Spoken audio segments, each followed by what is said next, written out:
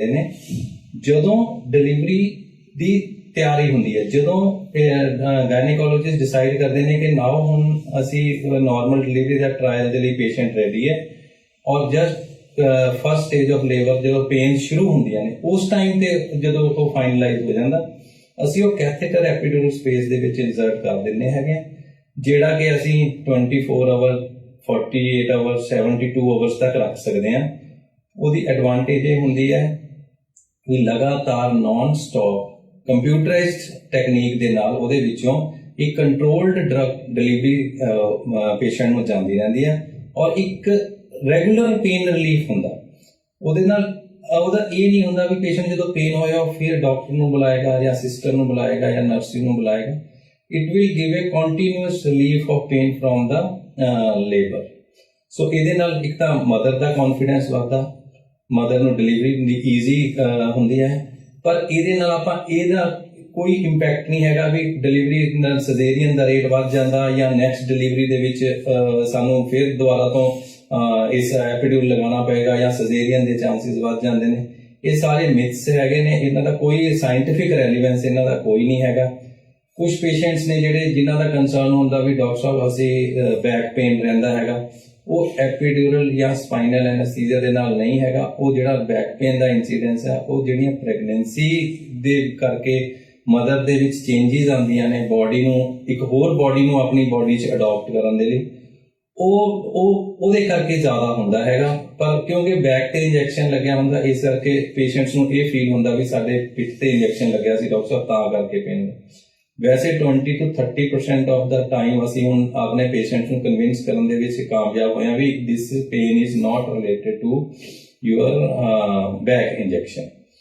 ਔਰ ਮਦਰ ਜਿਹੜੀ ਆ ਪਾਰਟਿਸਿਪੇਟ ਕਰਦੀ ਹੈਗੀ ਆ ਬੇਬੀ ਆਫ ਡਿਲੀਵਰੀ ਦੇ ਵਿੱਚ, ਉਹ ਉਸ ਮੂਵਮੈਂਟ ਨੂੰ ਇੰਜੋਏ ਕਰਦੀ ਹੈਗੀ ਆ ਬਿਨਾਂ ਪੇਨ ਤੋਂ। ਜੇ ਐਂਡ ਮੂਵਮੈਂਟ ਤੇ ਥੋੜਾ ਪੇਨ ਹੁੰਦਾ ਵੀ ਹੈਗਾ then that is for a fraction of seconds, ਇੰਨੇ ਨੂੰ ਬੇਬੀ ਡਿਲੀਵਰ ਹੋ ਜਾਂਦਾ ਹੈਗਾ and mother can easily hug their baby then and their own. ਕੋਈ ਸਾਈਡ ਇਫੈਕਟ ਨਹੀਂ ਹੈਗੇ ਇਹਦੇ ਕੋਈ। ਪਰ ਇਹਦੀ ਇੱਕ ਧਿਆਨ ਰੱਖਣ ਵਾਲੀ ਗੱਲ ਇਹ ਆ ਵੀ it should be under controlled and under close monitoring. Means hospital ਦੇ ਵਿੱਚ ਹੀ ਜਿੱਥੇ 24/7 ਬੈਕਅਪ ਹੋਵੇ ਐਨਸਥੀਸਿਸਟ ਦਾ ਔਰ ਗਾਇਨੇਕੋਲੋਜਿਸਟ ਦਾ, ਉੱਥੇ ਹੀ ਕਰਵਾਉਣਾ ਚਾਹੀਦਾ ਹੈਗਾ ਔਰ ਮੋਨੀਟਰਿੰਗ ਸਿਸਟਮ ਹੋਵੇ ਉੱਥੇ ਹੀ ਕਰਵਾਉਣਾ ਚਾਹੀਦਾ। Thank you sir.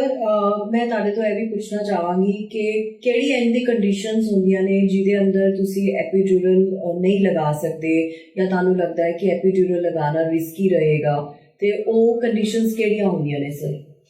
ਹਾਂ ਡਾਕਟਰ ਸਾਹਿਬ, ਉਹ ਕੁਝ ਕੰਡੀਸ਼ਨਸ ਹੁੰਦੀਆਂ ਨੇ ਡੈਫੀਨੇਟਲੀ, ਜਿਸ ਤਰ੍ਹਾਂ ਕੋਈ ਪੇਸ਼ੈਂਟਸ ਐਂਟੀ ਪਲੇਟਲੈਟਸ ਤੇ ਬਲੱਡ ਥਿਨਰ ਤੇ ਹੁੰਦੇ ਨੇ, ਕਈ ਪੇਸ਼ੈਂਟਸ ਹੁੰਦੇ ਨੇ ਜਿਨ੍ਹਾਂ ਨੂੰ ਬਲੱਡ ਡਿਸਆਰਡਰਸ ਹੁੰਦੇ ਨੇ ਜਿਹਦੇ ਬਲੀਡਿੰਗ ਦੇ ਚਾਂਸਿਸ ਜ਼ਿਆਦਾ ਹੁੰਦੇ ਨੇ, ਜਾਂ ਕਈ ਪੇਸ਼ੈਂਟਸ ਹੁੰਦੇ ਨੇ ਜਿਨ੍ਹਾਂ ਨੂੰ ਕਨਵਲਸ਼ਨਸ ਆ ਰਹੀਆਂ ਹੁੰਦੀਆਂ ਨੇ ਜਿਹਨੂੰ ਕਹਿੰਦੇ ਨੇ ਆਪਾਂ ਐਕਲੈਂਪਸ਼ੀਆ ਪੇਸ਼ੈਂਟਸ ਹੁੰਦੇ ਨੇ, ਉਹਨਾਂ ਦੇ ਵਿੱਚ ਨਹੀਂ ਲਗਾ ਸਕਦੇ। ਜਾਂ ਜੇ ਪੇਸ਼ੈਂਟ ਰਿਫਿਊਜ਼ ਕਰ ਦੇਵੇ, ਆਪਾਂ ਫੋਰਸ ਨਹੀਂ ਕਰਦੇ ਹੈਗੇ, ਅਸੀਂ ਜਸਟ ਇਨਫੋਰਮ ਕਰਦੇ ਹਾਂ ਪੇਸ਼ੈਂਟ ਨੂੰ, ਅਸੀਂ ਉਹਨਾਂ ਦੇ ਜਿਹੜੇ ਡਾਊਟਸ ਹੁੰਦੇ ਨੇ ਉਹਨਾਂ ਨੂੰ ਕਲੀਅਰ ਕਰਦੇ ਹਾਂ। ਜੇ ਪੇਸ਼ੈਂਟ ਫਿਰ ਵੀ ਰਿਫਿਊਜ਼ ਕਰਦੇ ਫਿਰ ਅਸੀਂ ਫੋਰਸਫੁਲੀ ਨਹੀਂ ਕਰ ਸਕਦੇ। ਜਾਂ ਕੁਝ ਰਿਲੇਟਿਵ ਕਾਉਂਟਰਾ ਇੰਡੀਕੇਸ਼ਨ ਜਿਹਨੂੰ ਕਹਿੰਦੇ ਨੇ ਸਾਈਟ ਤੇ ਇਨਫੈਕਸ਼ਨ ਹੋਵੇ, ਪੇਸ਼ੈਂਟਸ ਦੇ ਬਲੱਡ ਪ੍ਰੈਸ਼ਰ ਨਾ ਹੋਲਡ ਕਰ ਰਹੇ ਹੋ, ਕੋਈ ਕਾਰਡੀਅਕ ਪੇਸ਼ੈਂਟਸ ਹੋਵੇ, ਉਹਨਾਂ ਦੇ ਵਿੱਚ ਅਸੀਂ ਅਵॉइड ਕਰਦੇ ਹੈਗੇ ਆ एपिड्यूरल इंजेक्शन ਦੇ।